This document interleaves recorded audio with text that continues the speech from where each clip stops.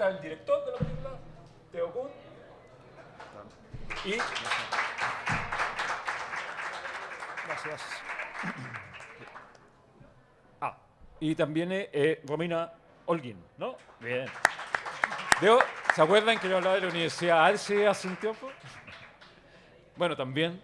Eran de Alce. Pero hay universidad que ya no existe. Yo les voy a pasar a ellos la palabra para que no les latee a ustedes. Lo único que voy a decir es que...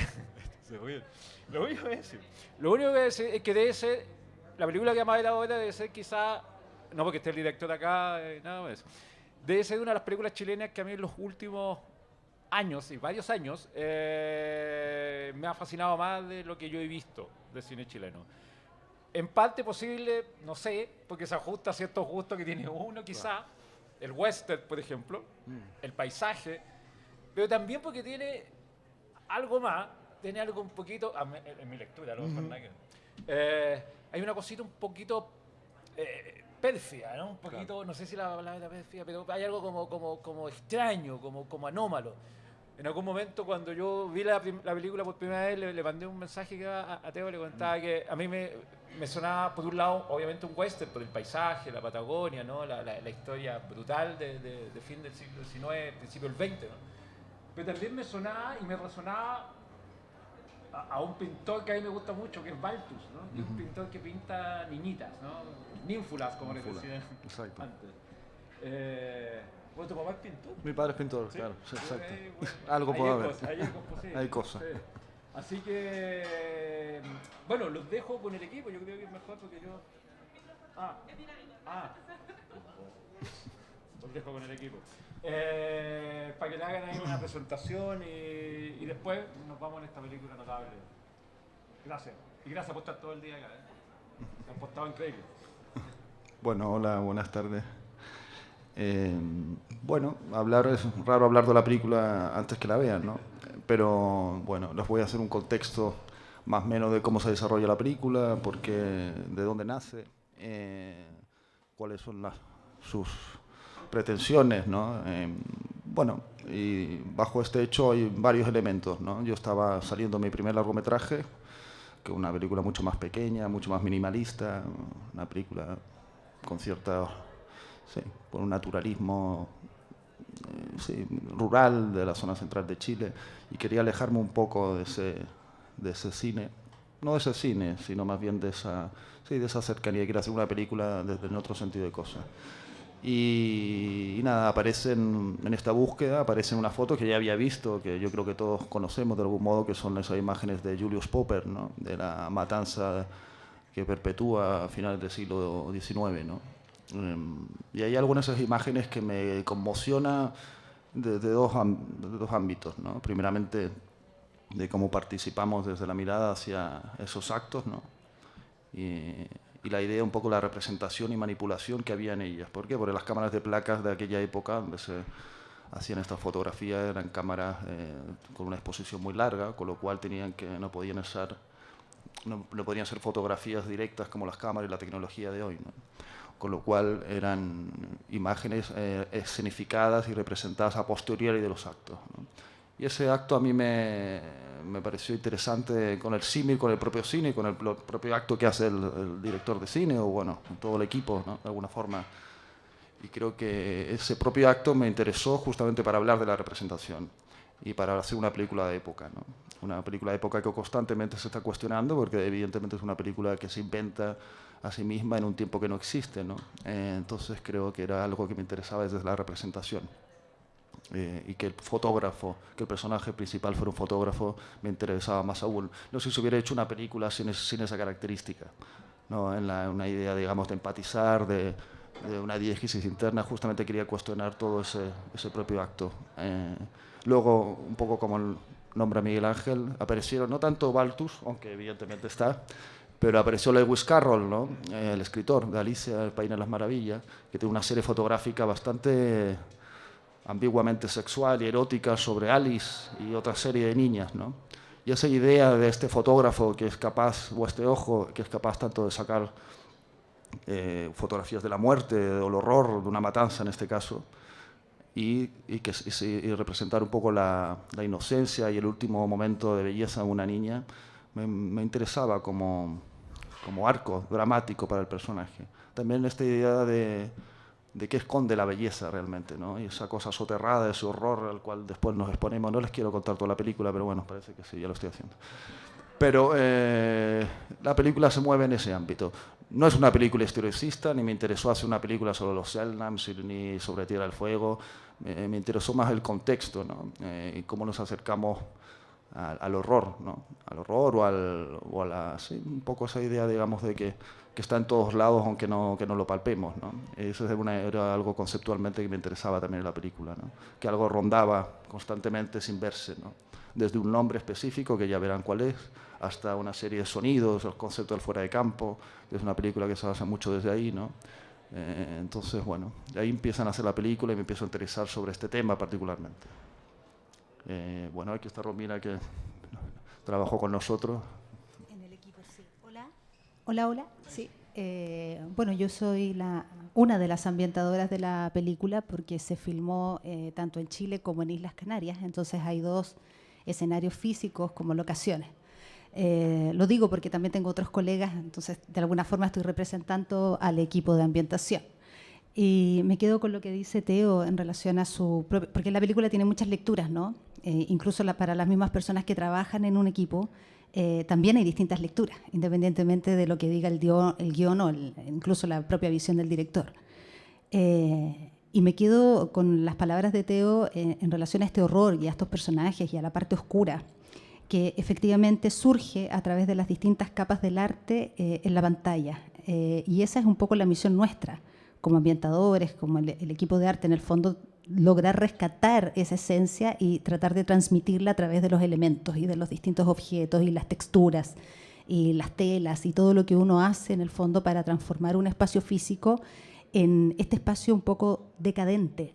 Para mí es un poco eso, ¿ya? Cuando escucho a Teo, para mí, digamos, al leer el guión, al tratar de descifrar qué elementos pueden participar o esta selección de cosas, porque uno produce mucho desde la ambientación. Lo de nosotras lo de nosotres finalmente es mucha producción. Y todo lo que se produce tiene que, de alguna manera, ser significante frente a lo que dicta el guión o cuál es el espíritu del director y del contexto. Entonces, este horror, estas capas que se van descubriendo, intentamos que también se vieran reflejadas en toda la ambientación, en todo el arte de la película. Bueno, la directora de arte se llama Amparo Baeza, es una gran colega, yo la admiro mucho y bueno, ella también trabajó en una carpeta de arte muy profundamente, digamos, con bastante tiempo. A lo mejor nunca nosotros tenemos todo el tiempo que queremos para trabajar, pero sí existió la posibilidad de que fueron con Teo a locacionar en algún año, por ahí por el 2018, puede haber sido 2017, y se empieza a investigar desde los museos de historia natural de Magallanes hasta los mismos profesores que por ahí se interesaban en entregar formatos, digamos, fotográficos de las familias, de los contextos sociales de la época, en fin. Pero para resumir un poco, a pesar de todo ese material y de esa magnífica carpeta, todo se produce en Santiago y todo es, digamos, trasladado a Tierra del Fuego, donde efectivamente filmamos en haciendas principalmente y en espacios también abiertos al aire libre, que también eran de alguna manera transformados o vestidos, maquillados, quiero decir, o con sangre, o con suciedad, o con barro, o con lo que fuera que nos sirviera para envejecer o traspasar ese horror un poco que es lo que les comentaba Teo. Eso es un poco de lo que yo puedo decir, digamos, a grandes rasgos antes de ver la película para no marearlos o entregar más detalles, no sé, no hacer spoiler. Sí. Bueno, mire, si terminada la película, hay un grupo que permanezca, digamos, ahí podemos dialogar, ¿no? Así que yo creo que es mejor irnos ahora con la función y seguimos. Gracias. Gracias.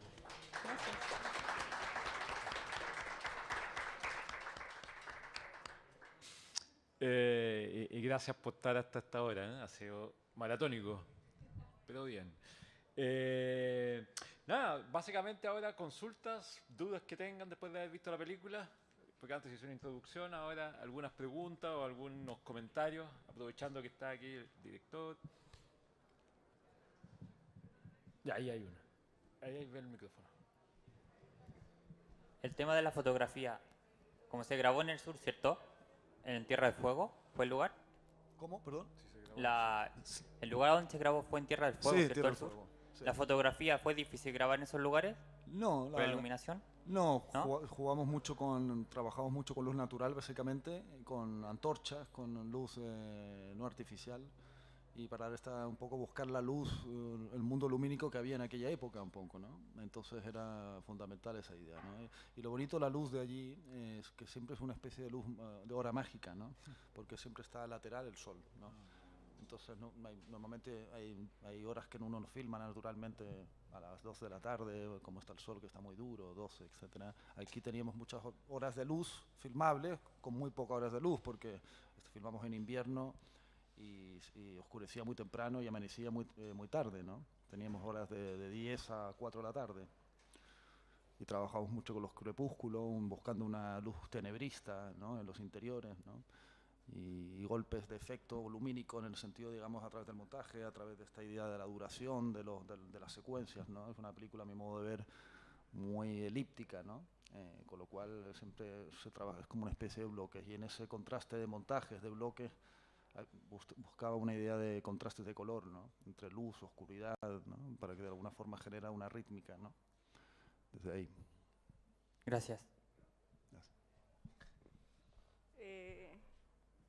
Continuando con lo que dijo mi compañero, la última escena, cuando se estaba escondiendo el sol, ¿les costó mucho hacerla o fue más de...?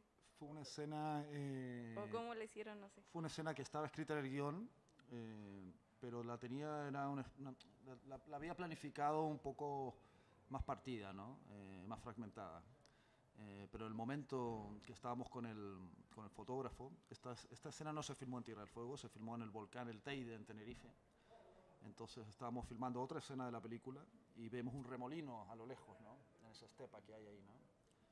Y buscando esta idea de lo accidente, de que algo te sorprenda, ¿no? Incluso en ese paisaje inhóspito, decidimos un poco introducir ahí la escena en la mitad de ese remolino para que de alguna forma se generaran todo esto que ocurre, ¿no? Que han visto, ¿no? Y justamente jugando con el contraluz, que lo enaltece aún más, ¿no? Toda esa idea de la arena, ¿no? Del movimiento de la arena, el viento. Entonces era jugar justamente con el tránsito de la luz hasta que fuera mutando la escena. Mi idea era que fotográficamente fuera mutando, ¿no? Del contraluz hasta llegar, digamos, al no contraluz, ¿no? Y realmente que apareciera esa imagen final donde termina la película. ¿Les costó mucho? Onda como... No, ensayamos no mucho porque son secuencias muy largas, ¿no? Era un plano de 5 minutos y medio. Creo que la hicimos 3 veces, sí. No alcanzamos a más. Porque el último momento era este, ¿no? El último plano que filmamos era este porque yo quería justamente que fuera el tránsito del contraluz al no contraluz, ¿no? Eso, gracias. Vale. Yo quiero preguntar, porque, o sea, los fragmentos que he podido ver de Ocaso, tu primera película, Sí. que circulan por ahí por la red, noté que hay como igual una búsqueda con la materialidad de lo visual, porque al menos Ocaso también tiene como ese aire en el color, de repente en las texturas de los interiores, Sí. que es como, me recuerda como eso, ¿no? A la pintura al óleo, a la levadura, como, quería preguntar cómo hacen eso, porque encuentro que es muy único y no pude figurarme viendo ya la película varias veces cómo podrían haber llegado a eso. Y la segunda pregunta, algo muy corto, que por el sonido, ¿no? Por el trabajo sobre el sonido. También he notado que, al menos cuando la vi en el cine la primera vez, que hasta había pensado a veces habían sonidos que sonaban en un lugar de la sala, después en otro, que están, como también cuál fue el proceso mental en eso. Sí. Bueno, lo primero, para mí es muy importante el espacio, cómo juega, ¿no? Yo creo que para llegar a una idea fotográfica hay que buscar unas atmósferas determinadas. Yo me baso trabajo mucho con imágenes, pinturas, fotografías, en este caso mucha fotografía. En Ocaso era más acercarse a toda la pintura barroca holandesa, ¿no? A un Rembrandt, a un Vermeer, ¿no? Y buscar justamente esa materialidad en espacios decadentes, un poco que buscar en esa textura, ¿no? Y a través de las luces, ¿no? De esa idea de jugar un poco con el claro oscuro, ¿no? Más lúgubre. ¿no? Más lúgubre, ¿no? Y el claro oscuro, que justamente es una fuente de luz hacia un interior a través de una ventana, ¿no? Esas ideas un poco siempre estuvieron ahí, siempre las busco, ¿no? De alguna manera, ¿no? Y buscar también una idea de una cierta suciedad, entre comillas, ¿no? Con las imágenes, ¿no? A mi modo de ver, mucho de ahora de las películas se parecen demasiado, ¿no? Todas las imágenes a través del HD incluso, ¿no? Tienen una particularidad, me parecen todas muy parecidas, ¿no? Y creo que trato de buscar a través de la óptica, a través de la subexposición, a través de cierto grano, hasta un cierto límite, porque el grano del HD no es tan bonito como el de 35 milímetros, evidentemente, porque puede llegar al electrónico, que es muy feo, sino estar siempre un límite fotográfico, ¿no? Y para buscar esa idea de palpar de alguna forma las películas, incluso que se huelan, ¿no? La sensación de buscar atmósferas que te introduzcas en algo más epidérmico, ¿no? Y algo más empírico, que sea una experiencia visual más que narrativa, que causal, ¿no? Porque esta película es menos causal, aunque evidentemente tiene un relato, no juega con la causalidad académica, ¿no? Justamente por esta idea también del elíptico también que tiene, ¿no? Pero sí, un poco jugar con esta tránsito de la oscuridad a la luz, que es un poco lo que ocurre aquí en Blanco en Blanco, que siempre conceptualmente me doy estas ideas desde la luz, ¿no? En ocaso era el último momento de las cosas antes de desaparecer, y jugar siempre con esa luz un poco que no sabes muy bien lo que ves, ¿no? Que estás siempre en el límite de algo, ¿no? Y con Blanco en Blanco era justamente esa idea tenebrista, de esa oscuridad, como en la primera secuencia de la fotografía, hasta llegar a esta explosión de luz donde ya se demuestra todo, ¿no? Donde ya la nieve está derretida, donde ya no hay nada que esconder y se ve la estructura moral de ese territorio, ¿no? Qué lindo como lo acabas de describir, la estructura moral de este territorio, es verdad, porque en el fondo el personaje queda desnudo, un poco la metáfora de la nieve y el agua y la claridad del sur, que además también tiene esta cosa que es como un exceso de luz, ¿cierto? Y en los interiores efectivamente fue todo lo contrario, muy lúgubre, se empastan los colores, las texturas, y hay un trabajo ahí del escenógrafo y de la ambientación y del arte y de cómo ensuciar las paredes, y la parte lumínica también en términos fotográficos, porque efectivamente a principio, en esa época, ¿cierto? Hablando de principios de 1900, efectivamente es la luz, es el chonchón, entonces fueron fuentes lumínicas donde nosotros teníamos preparado, digamos, las mesas con toda esa luz funcionando, ya sea a combustible, a vela, y experimentamos con distintos tipos de gramaje para las velas, las que iluminaban más, las que iluminan menos, y así íbamos de alguna manera enriqueciendo el trabajo de la dirección de fotografía. Y eso también es una experiencia local, porque efectivamente tuvimos ahí personas locales que nos enseñaron un poco a hacer todavía de manera rudimentaria tanto los chonchones como las mismas antorchas que se ven en la película, que se hicieran realmente con grasa de cerdo, en fin, o sea, ahí también uno disgrega la información para que finalmente se reúna y forme parte de esta composición. Hola, yo también quería hacer una pregunta. Es cortito, pero de hecho puede que quizá podamos conversarlo después más largo porque lo necesito, porque estoy haciendo una tesis al respecto del cine chileno y el fenómeno de los susurros. Y viendo su película, como que de nuevo me chocó como ese tema, porque especialmente con esta película, porque hay dos idiomas, primero que nada. Y el idioma, quien habla inglés, habla distinto a quien habla chileno en este caso. Entonces quería preguntarle si está como consciente o qué opina usted respecto como al fenómeno del susurro en el cine chileno. Larraín, Ruiz, todo se repite como esta idea. Sí, mira, bueno, ahora que lo plantea, pues sí, puede ser interesante, ¿no? Estudiarlo más, ¿no? Con más profundidad. Pero respecto a lo idiomático, a mí me interesaba mucho una idea de Torre Babel. En un comienzo yo quería que hubieran más idiomas, incluso croata, porque en esa época, bueno, yo en Tierra del Fuego evidentemente eran una pluralidad de idiomas muy fuertes, ¿no? Incluso italiano, ¿no? Por el mundo salesiano, etcétera, ¿no? Entonces quería justamente más esta Torre de Babel, ¿no? De idiomática, ¿no? Pero bueno, ¿sabes? Los presupuestos se acortan y uno tiene que... Y tenía este actor alemán, que es Lars Wolf, que es un actor que lo conocí en una película de Belatar, ¿no? Las armonías de Weinmeister, que es el protagónico, y que lo contactamos, y bueno, y quería justamente que tampoco hablara un inglés británico, ni mucho menos, sino que tuviera idea, más que del susurro de lo escondido, ¿no? De la intimidad, ¿no? Esa idea que, como no, de alguna forma nos empezamos a amparar quizás por la cercanía de las voces, ¿no? Que haya una cosa de texturas, ¿no? Para mí, a ver, la pregunta tuya, el sonido, no te la había respondido, perdona, pero lo puedo apelar a ello, ¿no?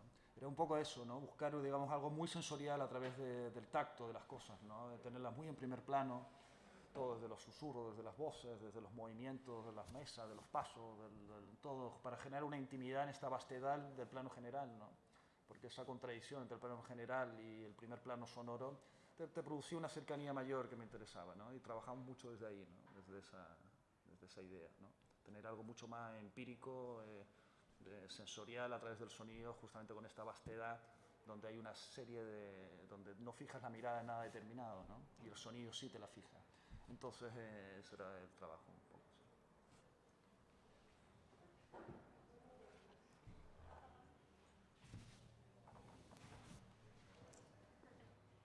Ahora sí, yo tengo una pregunta como desde lo que es el arte, que si bien hay interiores y hay exteriores, hay mucho paisaje, entonces va también para ti como director, pero también va más ligado al arte, como, ¿cómo se concibe en el arte el paisaje?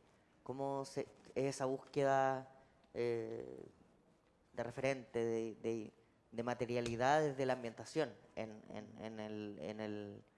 como en el ambiente que no hay tanto objeto, sino que los signos se construyen a través de la tierra, de los árboles, de la nieve, etcétera. Eso. Puedo empezar. Yo creo que tú has dicho algo bien en el clavo, que en el fondo tiene que ver con los signos. Efectivamente, cómo se significan para la persona que está a cargo del departamento de arte o del director de arte o la persona que está a cargo en ese minuto. Porque finalmente lo que te entrega la naturaleza, en este caso, uno tiene que ver de qué se nutre, de dónde me afirmo en este paisaje, en esta vastedad, para efectivamente que esto marque armarse un marco teórico frente al paisaje. Entonces, efectivamente, la aportación, que cuando tú ya visitas la locación, cuando tú estás presente en el espacio físico, efectivamente tienes que ser capaz de distinguir qué es lo que puedes rescatar de esa vastedad, de ese paisaje.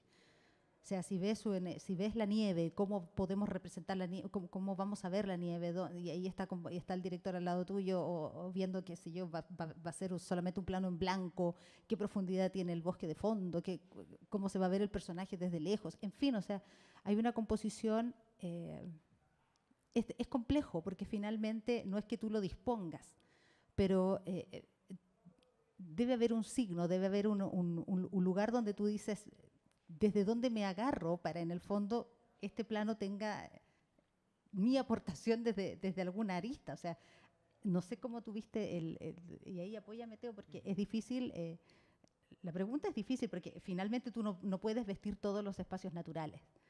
Pero si buscas el significado en el elemento, es muy probable que de ahí se haga el aporte de la composición del plano, por ejemplo. Yo creo que hay varios elementos justamente con lo que tú planteas, Romina, y otro es la arquitectura, el montaje que se genera a través del paisaje. Creo que eso le da justamente lo significativo al plano, ¿no? Y lo significativo a la totalidad para que signifique. Para mí las cosas deben siempre significar algo, ¿no? No significar a nivel simbólico, ni mucho menos, pero significan incluso a nivel de presencia, ¿no? El cine es un arte de las presencias, ¿no? Es un arte, digamos, donde cómo nos acercamos las cosas y cómo nos alejamos. Es un arte que depende mucho de eso, ¿no? Y siempre tiene que acontecer algo, y cuando filmamos el paisaje, algo tiene que acontecer en ese paisaje, algo, un movimiento de luz, un determinado sonido, la aparición de algo. Siempre estábamos buscando de alguna forma un accidente en la espera constante, ¿no? De que ocurriera eso, ¿no? Yo creo que es muy importante ese sentido de la espera, ¿no? De esperar que algo ocurra o creer que algo va a ocurrir, ¿no? Y tener esa creencia de que, como decía Rossellini, hay que tener fe en la realidad, ¿no? De algún modo, ¿no? Entonces, estar ahí esperando en ese límite de las cosas, ¿no? Creo que de alguna forma va a ocurrir algo.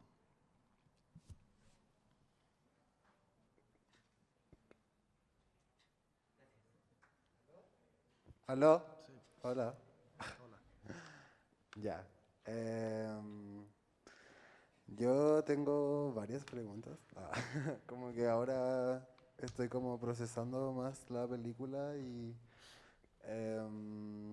Bueno, primero tengo una duda como con respecto a una escena en específico, que es como la escena en la que está sacando una foto en un valle y hay como muchas, o sea, hay como mucha neblina y como que de repente todo empieza a acercarse. ¿Eso realmente pasó así como fue el clima? ¿Sí? Sí, sí, sí, sí. Ay. Bueno, hay un poco de postproducción al final, ¿eh? Porque para que se vuelva blanco totalmente hay un poco de postproducción, pero sí, había mucha neblina. Estábamos filmando en las cumbres de Tenerife, donde hay algo que es muy bonito, ¿no? Que es el mar de nubes, ¿no? Que son nubes pasando constantemente, ¿no? Que es una especie de neblina en movimiento, ¿no? Y se produce justamente esto, ¿no? Que no ves absolutamente nada ni aquí a 2 metros. Bacán, está bacán ese momento.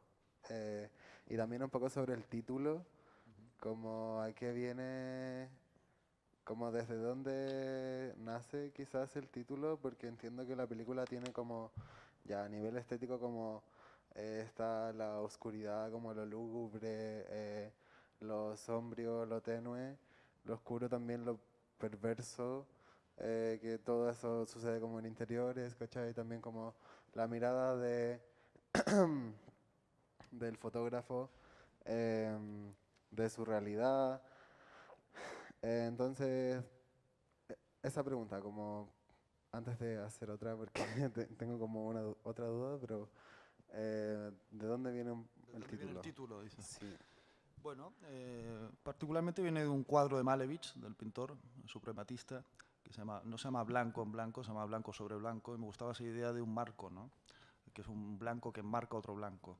Y originalmente yo tenía una secuencia que no llegué a filmar, ¿no? Que quizás de lo que más me arrepiento, que era un plano cenital, no tan cenital, pero sobre unos hombres que enmarcaban un territorio, ¿no?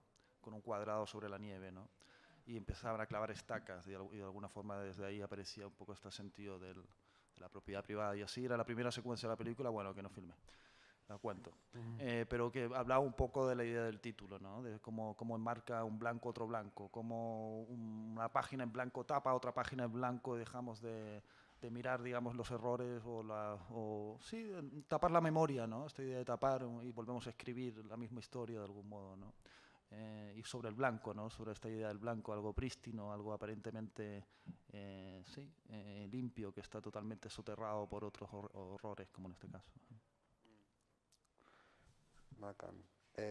Y mi última duda es, también lineándolo un poco como a lo que decíais, que es un blanco un blanco retratando a otro blanco, pues es como un blanco también como retratando una invasión, una esclavitud.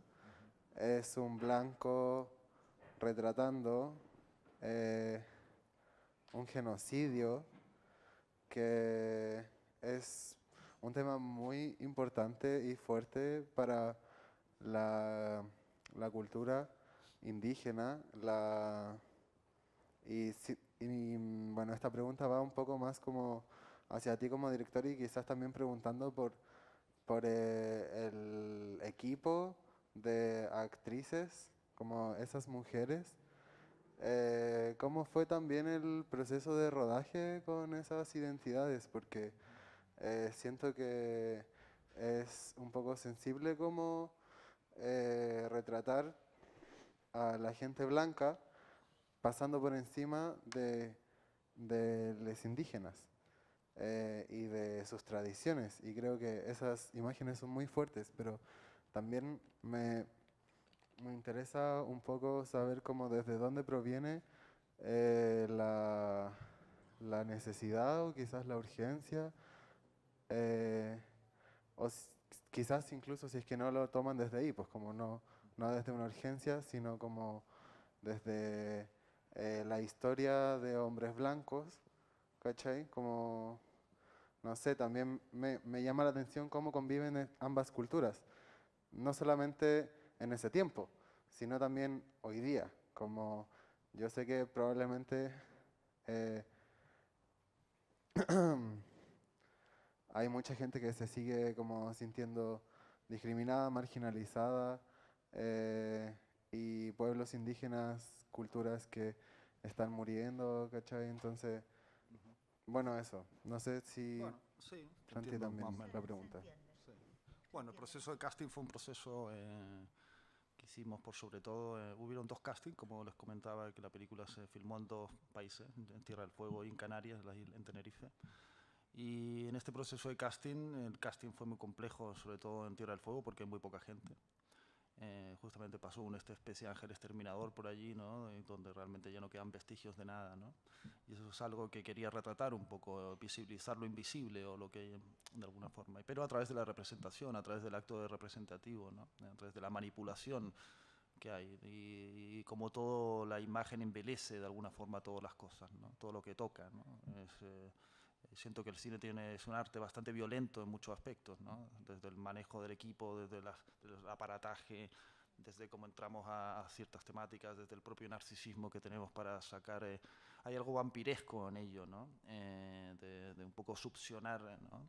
Vidas de otros o historias de otros, ¿no? Para llevarla a algo determinado, ¿no? Y bueno, eso es un tema de la película. Y un poco de lo que hablabas, claro, yo creo que hay muchos elementos contingentes, yo creo, en la película. Creo que es una película que siempre quise hablar un poco desde ese pasado para hablar de cosas que siento que aún están en nuestro presente cotidiano, ¿no?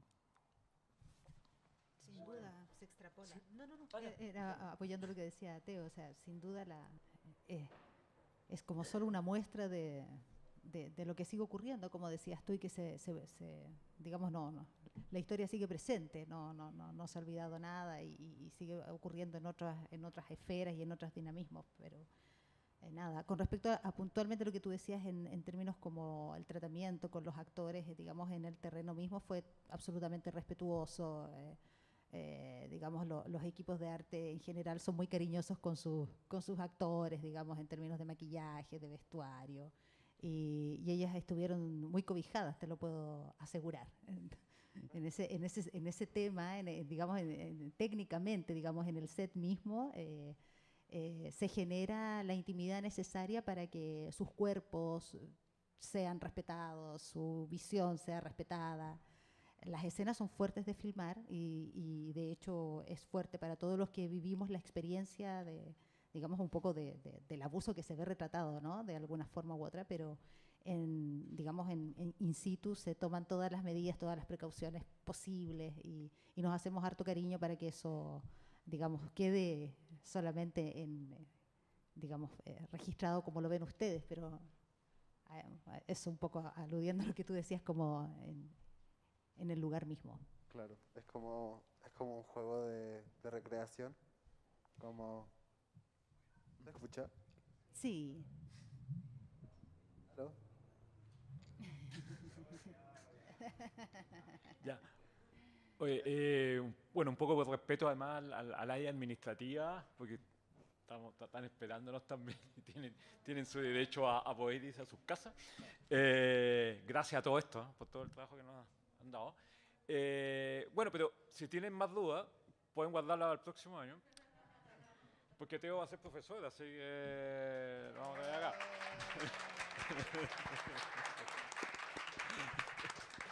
Así que ahí pueden hacerle todas las consultas de rigor. Bueno, oye, y nada, agradezco, Teo, te agradezco muchísimo y no nos veíamos hace una cantidad de años increíble. Y gracias a todos, han portado increíbles, han trabajado, han estado todo el día. Gracias, estamos construyendo escuelas, así que sigamos. Gracias a todos. Gracias a todos.